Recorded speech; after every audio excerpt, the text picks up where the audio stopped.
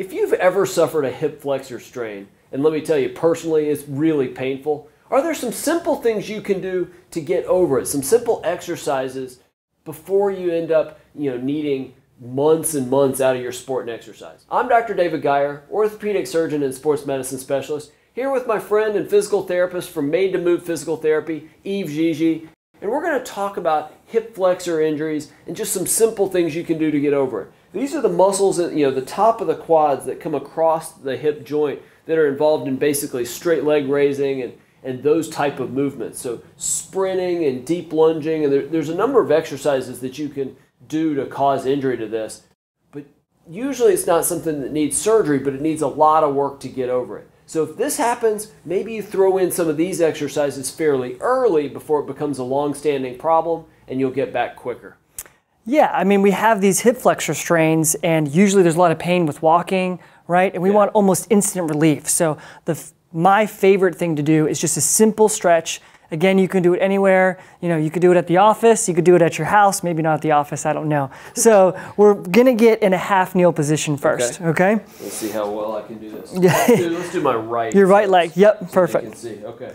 So the right leg's one's gonna be forward? It's gonna be behind you, actually, okay. Yep. We'll take a step, almost like in a lunge position, and then we're gonna bring our knee down to the floor. There you go, perfect. Okay, so the goal here, as we said, that quad and hip flexor is what we're stretching. We're gonna wanna get our abs super tight. I always tell people, pretend like someone's about to punch you in the stomach, right? Okay. Hold that tight. You're actually gonna squeeze your right glute. Okay. As soon as you do that, you're gonna push your hip forward. Forward, like this. Exactly, yep. Almost like you're pushing that hip bone forward. I tell people it's like Ooh, yeah, you can feel that. Yeah, there you go. Really opens it up, right? Yeah. Good, and you can hold that anywhere from 30 seconds to a minute. You can even maybe slowly kind of rock back forth in that position and make it a little more dynamic if you want to as well. Boy, you can really feel that. Yeah. It probably doesn't look like much on video, but there is a lot of stretch going on right here. Yeah, I mean, we're sitting a lot. We're, in this flex position. Opening something like this up is huge. Even if you just do a lot of sitting, it's something that may be a good idea for people to do that haven't had a hip flexor injury, as you're about to do a lower body routine or something, to do that 30, 60 seconds before your workout. Yeah, yeah. Good little warm up, right? Should have done both sides. I'm gonna feel that. Gonna be lopsided, right? All right, so the last one is just a strength exercise, right? Okay. So we got a little bit of a stretch, it's feeling a little bit good. The other thing we need to do is we need to get back to, just like you said, sprinting and doing our sport. So what's an easy, simple thing, again, that we can do to start working those hip flexor muscles? And it's just a simple march. Okay. Okay? So we're going to use those same cues of our abs being tight, our glutes being squeezed, and we're just going to get standing almost like we're trapped in a box, and we're going to lift our hip as high as we can. Good. That balance is not a skill of mine. So. Yeah, and you're going to go as high as you can. Okay. You want to try to avoid pain, right? But you're going to go as high as you can each time. And am I holding it, or they just go up and back down? Yep, up and back down. You can alternate almost like you're in the marching band.